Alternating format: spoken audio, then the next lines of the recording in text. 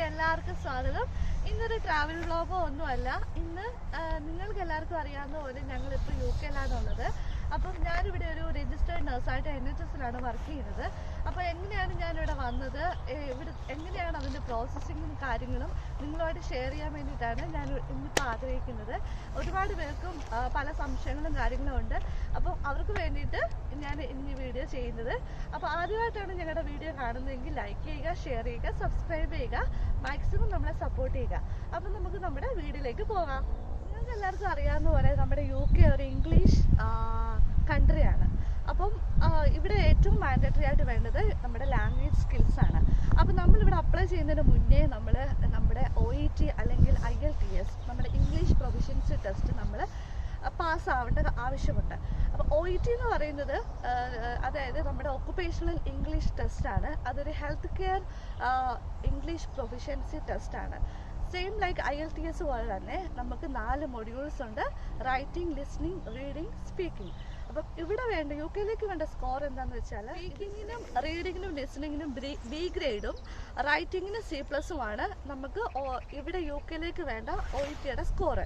IELTS എന്ന് പറയുന്നത് സ്പീക്കിങ്ങും റീഡിങ്ങും ലിസണിങ്ങും 7ഉം റൈറ്റിങ്ങും 6.5 okay. ഇത്രയാണ് നമ്മുടെ ലാംഗ്വേജ് ടെസ്റ്റിനെ കുറിച്ചുള്ള കാര്യങ്ങൾ. വൺസ് നമ്മൾ OET അല്ലെങ്കിൽ IELTS നമ്മൾ ക്ലിയർ ആയി കഴിഞ്ഞാൽ നമ്മൾ നെക്സ്റ്റ് നമ്മുടെ സ്റ്റെപ്പ് എന്ന് വെച്ചാൽ നമുക്ക് NHS-ൻ്റെ ഇൻ്റർവ്യൂ അറ്റൻഡ് ചെയ്യുക എന്നുള്ളതാണ്. അപ്പം നമ്മൾ നോക്കേണ്ട പ്രധാനപ്പെട്ട കാര്യം നമ്മൾ ഏത് ഏജൻസിയാണ്. ഒന്നുകിൽ നമ്മുടെ NHS ഡയറക്റ്റ് ഇൻ്റർവ്യൂ നടത്തുന്നതാണ്, അല്ലെങ്കിൽ ഒരു റിക്രൂട്ടിംഗ് ഏജൻസി വഴിയാണ് ഇൻ്റർവ്യൂസ് ഒക്കെ നടത്തുന്നത്. അപ്പം നമ്മൾ ഏത് ഏജൻസിയാണോ നിങ്ങൾക്ക് ഇഷ്ടമുള്ളത് അവിടെ പോയി, അതായത് നമ്മൾ ഏതാണോ നല്ല ഏജൻസി അത് സെലക്ട് ചെയ്യുക. അപ്പം നമുക്ക് ഈ ഏജൻസീസ് നമുക്ക് ഏത് ഹോസ്പിറ്റലിലോട്ടാണ് ഇൻ്റർവ്യൂ അറ്റൻഡ് ചെയ്യുന്നത് നമ്മുടെ CV നമ്മൾ അവർക്ക് അയച്ചു കൊടുക്കുക. അത് അവർ ഷോർട്ട് ലിസ്റ്റിൽ ഇട്ട് കഴിയുമ്പോൾ നമ്മളെ അറിയിക്കും. അപ്പം അതനുസരിച്ച് നമുക്ക് അവർ നമ്മുടെ ഇൻ്റർവ്യൂ ഷെഡ്യൂൾ ചെയ്ത് അവർ തരുന്നതായിരിക്കും. അപ്പം ഇൻ്റർവ്യൂ എങ്ങനെയാണെന്ന് ചോദിച്ചാൽ അത്ര വലിയ ടഫൊന്നുമല്ല. നമുക്ക് ക്ലിനിക്കലി നോളജ് ഉണ്ടോ എന്ന് അസസ് ചെയ്യുന്നതാണ്. എപ്പോഴും അത് അവർ ചോദിക്കുന്നത് ക്ലിനിക്കൽ, അതായത് സിനാരിയോ ബേസ്ഡ് ക്വസ്റ്റ്യൻസ് ആയിരിക്കും അവർ NHS-ൻ്റെ ഇൻ്റർവ്യൂവിന് കൂടുതലായിട്ടും അവർ ചോദിക്കുന്നത്. പിന്നെ NHS-ൻ്റെ കോഡ് ഓഫ് എത്തിക്സ്, അതിനെപ്പറ്റി നമ്മൾ കൂടുതലായിട്ടും ഒന്ന് അറിഞ്ഞിരിക്കണം. ഇത്രയൊക്കെയാണ് ഇൻ്റർവ്യൂവിനെ പറ്റിയിട്ട് പറയാനുള്ളത്. ഈ ഇൻ്റർവ്യൂ അറ്റൻഡ് ചെയ്ത് കഴിഞ്ഞാൽ നമുക്ക് നമ്മളെ ഏറ്റവും വേണ്ട ഒരു കാര്യം NMC രജിസ്ട്രേഷൻ ആണ്. NMC രജിസ്ട്രേഷൻ എന്ന് പറഞ്ഞാൽ NMC എന്ന് വെച്ചാൽ നഴ്സിംഗ് ആൻഡ് മിഡ്വൈഫറി കൗൺസിൽ, നമ്മുടെ UK-ലുള്ള ഒരു nursing and midwifery council ബോർഡാണത്.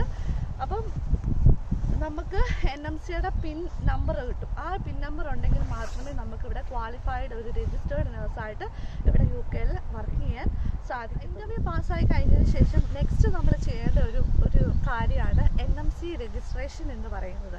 NMC എന്ന് വെച്ചാൽ നഴ്സിംഗ് ആൻഡ് മിഡ്വൈഫറി കൗൺസിൽ. അപ്പം നമ്മൾ ഈ NMC രജിസ്ട്രേഷൻ ചെയ്ത് കഴിഞ്ഞ് നമുക്കൊരു NMC പിൻ നമ്പർ കിട്ടും. ഈ പിൻ നമ്പർ കിട്ടിയാൽ മാത്രമേ നമുക്കിവിടെ ഒരു ക്വാളിഫൈഡ് ഒരു രജിസ്റ്റേർഡ് നഴ്സായിട്ട് നമുക്കിവിടെ വർക്ക് ചെയ്യാൻ അനുവാദമുള്ളൂ. അപ്പോൾ ഈ NMC രജിസ്ട്രേഷന് വേണ്ടിയിട്ട് ഫസ്റ്റ് നമ്മൾ ചെയ്യേണ്ടത് എന്നാന്ന് ചോദിച്ചാൽ നമ്മൾ NMC-യുടെ വെബ്സൈറ്റിൽ പോയിട്ട് നമ്മളൊരു അക്കൗണ്ട് ക്രിയേറ്റ് ചെയ്യുക. അക്കൗണ്ട് ക്രിയേറ്റ് ചെയ്യുന്നത് എങ്ങനെയാണെന്ന് ചോദിച്ചാൽ നമ്മുടെ മെയിൽ ID വെച്ചിട്ട് വേണം ക്രിയേറ്റ് ചെയ്യാൻ വേണ്ടിയിട്ട്.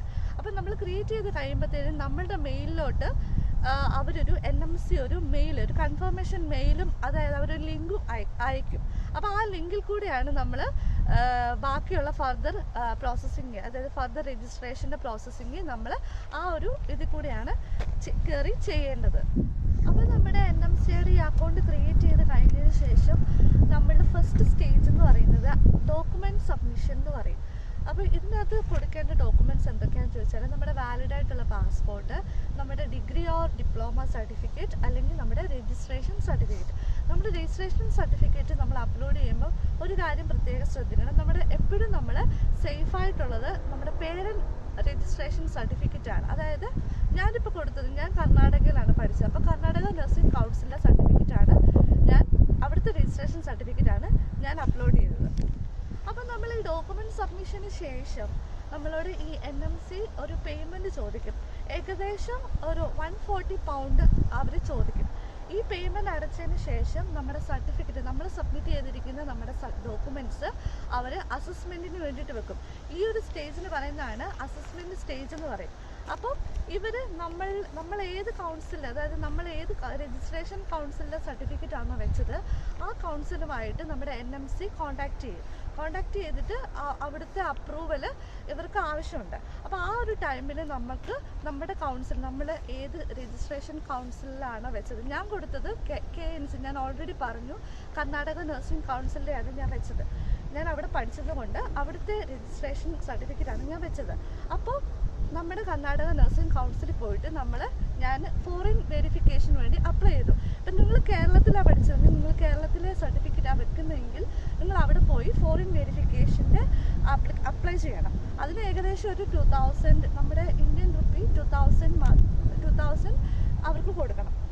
അത് കഴിഞ്ഞാൽ എങ്കിൽ മാത്രമേ അവർ അപ്രൂവ് ചെയ്യത്തുള്ളൂ. അത് അപ്രൂവ് ആയി കഴിയുമ്പോഴത്തേനും ഒന്നെങ്കിൽ നമ്മൾക്ക് നമ്മുടെ മെയിലിൽ നമുക്ക് NMCയുടെ സ്റ്റാറ്റസ് അവർ മെയിൽ അയക്കും, അല്ലെങ്കിൽ നമ്മുടെ ഈ NMCയുടെ വെബ്സൈറ്റിൽ നമ്മൾ കയറിയിട്ട് നമുക്ക് അവിടുത്തെ കറണ്ട് ആ ഒരു സ്റ്റാറ്റസ് ഇത് കംപ്ലീറ്റഡ് ആണോ അത് പെൻഡിങ് ആണോ എന്ന് നമുക്ക് കാണാൻ സാധിക്കും. അപ്പോൾ ഇത്രയൊക്കെയാണ് ഫസ്റ്റ് സ്റ്റേജ് എന്ന് പറയുന്നത്. ഇതെല്ലാം കഴിഞ്ഞ ശേഷം നമ്മൾ അടുത്ത സ്റ്റേജ് എന്താണെന്ന് ചോദിച്ചാൽ നമ്മുടെ ടെസ്റ്റ് ഓഫ് കോമ്പിറ്റൻസി എടുക്കേണ്ട ഒരു സ്റ്റേജാണ്. അതായത് നമ്മളിവിടെ വർക്ക് ചെയ്യാൻ എലിജിബിൾ ആണോ എന്നറിയാൻ വേണ്ടി നമുക്ക് 2 എക്സാംസ് ഉണ്ട്. ഒന്ന് CBT എന്ന് പറയും, പിന്നുള്ളത് OSCE എന്ന് പറയും. ഈ CBT എന്ന് പറയുന്ന എക്സാം നമ്മൾ നാട്ടിൽ വെച്ച് തന്നെ ഇങ്ങോട്ടേക്ക് വരുന്നതിന് മുന്നേ തന്നെ കംപ്ലീറ്റ് ചെയ്യേണ്ട ഒരു എക്സാമാണ്. പിന്നുള്ള ഒരു എക്സാമാണ് OSCE എന്ന് പറയുന്നത്. അപ്പോൾ ഫസ്റ്റ് നമ്മൾ CBT വേണം കംപ്ലീറ്റ് ചെയ്യാൻ. CBT എന്ന് പറയുന്നത് കമ്പ്യൂട്ടർ ബേസ്ഡ് ടെസ്റ്റാണ്. ഇത് നമ്മുടെ തിയറിറ്റിക്കൽ നോളജാണ് ഇവരെ അസസ് ചെയ്യുന്നത്. 4 hours ഒരു എക്സാമാണ്. മൾട്ടിപ്പിൾ ചോയ്സ് ക്വസ്റ്റ്യൻസ് ആണ് അതിലുള്ളത്. അപ്പം ഇവരുടെ UK NMC ബേസ്ഡ് ആയിട്ടുള്ള ഒരു എക്സാമാണ്. NMC code of ethics based ആയിട്ടുള്ള ഒരു എക്സാമാണ് ഈ CBT എന്ന് പറയുന്നത്. ഞാൻ ജൂലൈയിൽ 2021 ജൂലൈയിൽ എഴുതിയതാണ്. അപ്പം എനിക്ക് ഇപ്പോഴത്തെ CBT എന്ന് പറയുന്നത് 2 പാർട്ടായിട്ടാണ് ഇപ്പോൾ ക്വസ്റ്റ്യൻസ് ഉള്ളത്. ഒരു പാർട്ട് എന്ന് പറഞ്ഞാൽ ഫുൾ നമ്മുടെ കാൽക്കുലേഷൻസും ഡോസേജും അത് ബേസ്ഡ് ചെയ്തിട്ടുള്ള ക്വസ്റ്റ്യൻസും, നെക്സ്റ്റ് പാർട്ട് എന്ന് പറയുന്നത് നമ്മുടെ ക്ലിനിക്കൽ സിനാരിയോ ബേസ്ഡ് ക്വസ്റ്റ്യൻസ് ആണ് ഉള്ളത്. ടോട്ടൽ 120 ക്വസ്റ്റ്യൻസ് ആണ് ഉള്ളത്. ഈ NMC വഴിയുള്ളൊരു ഏജൻസിയാണ്, അതായത് പിയേഴ്സൺ വ്യൂ എന്ന് പറഞ്ഞൊരു ഏജൻസിയാണ് ഈ ഒരു എക്സാം കണ്ടക്ട് ചെയ്യുന്നത്. ഈ ഒരു എക്സാമിന് വേണ്ടിയിട്ട് നമ്മുടെ NMC ബോർഡ് തന്നെ നമ്മൾക്ക് മെയിൽ അയക്കും. അവരൊരു ലിങ്ക് അയക്കും. അതിൽ കയറി നമുക്ക് ഈ പിയേഴ്സൺ വ്യൂവിൻ്റെ സൈറ്റിൽ കയറിയിട്ട് നമുക്ക് നമ്മുടെ അക്കൗണ്ട് ക്രിയേറ്റ് ചെയ്തിട്ട് നമുക്ക് കൺവീനിയൻ്റ് ആയിട്ടുള്ള ഡേറ്റ് നമുക്ക് എക്സാം ബുക്ക് ചെയ്യാവുന്നതാണ്.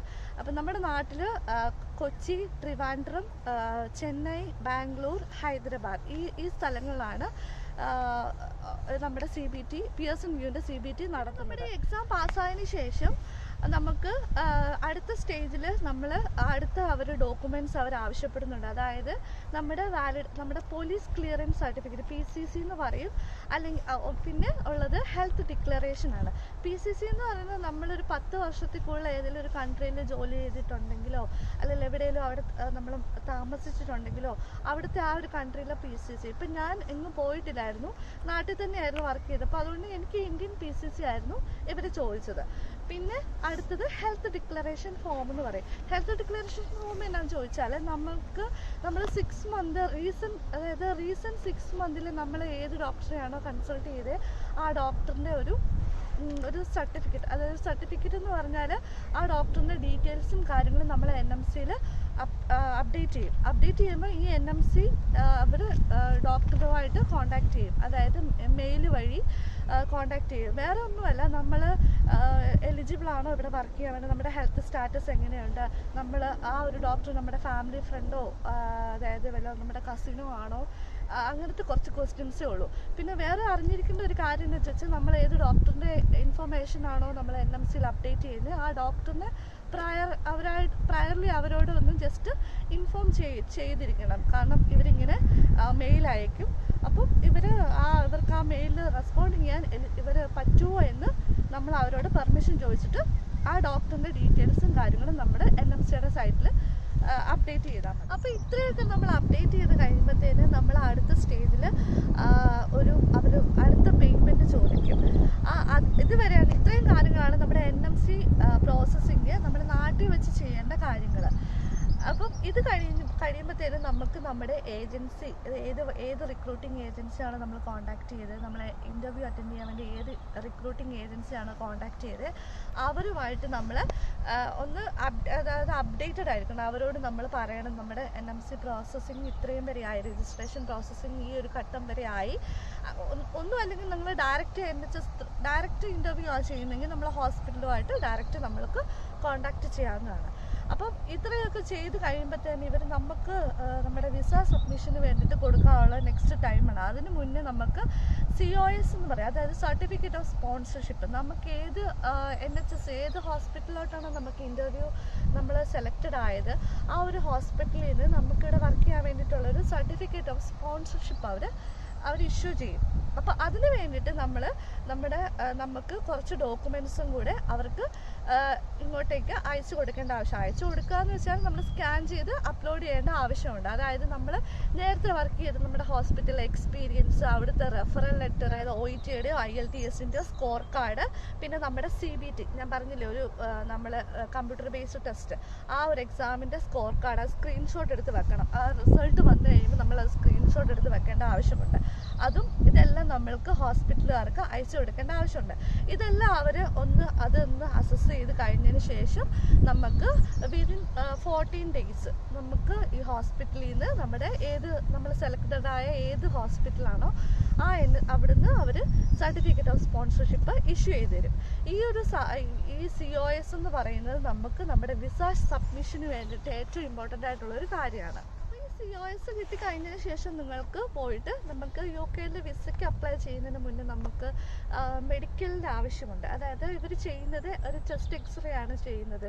അതായത് അവർ നോക്കുന്നത് ട്യൂബർകുലോസിസ് ടെസ്റ്റ്, ട്യൂബർകുലോസിസ് ഉണ്ടോ എന്നറിയാൻ വേണ്ടിയിട്ടാണ് അവരൊരു ചെസ്റ്റ് എക്സ്റേ എടുക്കുന്നത്. അപ്പം നമ്മൾ മെഡിക്കൽ ചെയ്യേണ്ടത് നമ്മുടെ നാട്ടിലാണെങ്കിൽ നമുക്ക് നമ്മുടെ കൊച്ചി അമൃതയിലുണ്ട്, പിന്നെ ട്രിവാൻഡ്രം കിംസിലും ഉണ്ട്, പിന്നെ ഞങ്ങൾ അന്നേരം ബാംഗ്ലൂരിലായിരുന്നു, ഞങ്ങൾ അവിടുത്തെ ഒരു ഹോസ്പിറ്റലാണ് ചെയ്തത്. അപ്പോൾ ഇത് ചെയ്ത് കഴിഞ്ഞ ശേഷം നമുക്ക് നമ്മുടെ ഒരു സർട്ടിഫിക്കറ്റ് കിട്ടും, മെഡിക്കൽ സർട്ടിഫിക്കറ്റ് കിട്ടും. ഇതുണ്ടെങ്കിൽ മാത്രമേ നമുക്ക് വിസയ്ക്ക് സബ്മിറ്റ് ചെയ്യാൻ പറ്റത്തുള്ളൂ. അപ്പോൾ ഇത് കഴിഞ്ഞ് നമ്മൾ ഇതെല്ലാം കിട്ടിക്കഴിഞ്ഞതിന് ശേഷം നമുക്ക് വിസയ്ക്ക് വേണ്ടിയിട്ട് വിസ അപ്പോയിൻമെൻറ്റ് ഏതെങ്കിലും ഒരു നല്ലൊരു വിസ ഏജൻസിയുമായിട്ട് അല്ല ഡയറക്റ്റ് ആണെങ്കിൽ നമുക്ക് അപ്പോയിൻമെൻറ്റ് എടുക്കാവുന്ന കാര്യമുള്ളൂ. ഫസ്റ്റ് നമുക്ക് അപ്ലൈ ചെയ്യണം, ആപ്ലിക്കേഷൻ ഫോമുണ്ട്, അതിൻ്റെ അകത്ത് കുറച്ച് ഡോക്യുമെൻറ്റ്സ് നമ്മൾ അതിൻ്റെ ആ ഒരു ഓൺലൈൻ നമ്മൾ അപ്ലോഡ് ചെയ്യും. അതിനുശേഷം നമുക്ക് അപ്പോയിൻമെൻറ്റിന് വേണ്ടി date. UK visa normally VFS വഴിയാണ് ചെയ്യുന്നത്. അപ്പം നമ്മുടെ നാട്ടിൽ കൊച്ചിയിൽ പിന്നെ ബാംഗ്ലൂരിലുമാണ് ഉള്ളത്. ഞങ്ങൾ ഓൾറെഡി നിങ്ങൾക്ക് അറിയാം, ഞങ്ങൾ ബാംഗ്ലൂരിൽ ജോലി ചെയ്തുകൊണ്ടിരിക്കുന്നതുകൊണ്ട് ഞങ്ങൾ അവിടെ നിന്നാണ് ഞങ്ങളുടെ എല്ലാ പ്രോസസ്സിങ്ങും അവിടെ വെച്ചാണ് ഞങ്ങൾ ചെയ്തത്. അപ്പോൾ ഇതിന് മുന്നേ നമ്മൾ ഏതെങ്കിലും ഏജൻസിയുമായിട്ട് കോൺടാക്ട് ചെയ്യുക. അവർ ആപ്ലിക്കേഷൻ ഫോം നമ്മളത് ആപ്ലിക്കേഷൻ ഫോം ഓൺലൈൻ വഴി നമ്മളത് കംപ്ലീറ്റ് ചെയ്തിട്ട് അതിൽ കുറച്ച് ഡോക്യുമെൻറ്റ്സ് അവിടെയും കുറച്ച് ഡോക്യുമെൻറ്റ്സ് അപ്ലോഡ് ചെയ്യേണ്ട കാര്യമുണ്ട്. അപ്പോൾ അവർ ചോദിക്കുന്ന റിക്വയർഡ് ആയിട്ടുള്ള ഡോക്യുമെൻറ്റ്സ് നമ്മൾ അവിടെ അപ്ലോഡ് ചെയ്യുക. പിന്നെ നമുക്ക് വിസ അപ്പോയിൻമെൻറ്റ് നമ്മൾ എടുക്കും. ഏതെങ്കിലും ഒരു ദിവസം നമുക്ക് VFSൻ്റെ ഓഫീസിൽ പോയിട്ട് നമ്മൾ അവിടെ വിസ അപ്പോയിൻമെൻറ്റ്, അതായത് നമ്മൾ ഡയറക്റ്റ് നമ്മളവിടെ ചെന്നിട്ട് നമ്മുടെ ഒറിജിനൽ ഡോക്യുമെൻറ്റ്സും പിന്നെ നമ്മുടെ പാസ്പോർട്ടും അവിടെ സബ്മിറ്റ് ചെയ്യും. പിന്നെ നമ്മുടെ ബയോമെട്രിക്കും അവരവിടെ എടുക്കും. അപ്പോൾ ഇത്രയൊക്കെയാണ് UK വരാനുള്ള പ്രോസസ്സിങ്ങും കാര്യങ്ങളും. അപ്പോൾ വിസ ടോട്ടലി ഒരു 10 to 14 വർക്കിംഗ് ഡേയ്സിനുള്ളിൽ നമുക്ക് അത്രയും എടുക്കത്തുള്ളൂ. ആ ഒരു ടൈമിനുള്ളിൽ തന്നെ നമുക്ക് പാസ്പോർട്ടിൽ നമ്മുടെ വിസ അടിച്ച് നമ്മൾക്ക് കിട്ടുന്നത്. അപ്പോൾ ഇത്രയൊക്കെയാണ് നമ്മളുടെ UK വരാൻ വേണ്ടിയിട്ടുള്ള പ്രോസസ്സിങ്ങും കാര്യങ്ങളും. നിങ്ങൾക്ക് വീഡിയോ ഇഷ്ടമായെന്ന് വിചാരിക്കുന്നു. ഇഷ്ടമായെങ്കിൽ ലൈക്ക് ചെയ്യുക, ഷെയർ ചെയ്യുക, മാക്സിമം നമ്മളെ സപ്പോർട്ട് ചെയ്യുക. പിന്നെ ആർക്കെങ്കിലും ഇതിനെപ്പറ്റി എന്തെങ്കിലും ഡൗട്ട് ഉണ്ടെങ്കിൽ നിങ്ങൾക്ക് കമൻറ്റ് ചെയ്യാവുന്നതാണ്. അപ്പോൾ അടുത്തൊരു നല്ലൊരു വീഡിയോയുമായി കാണുന്നത് വരെ ടേക്ക് കെയർ, ബൈ.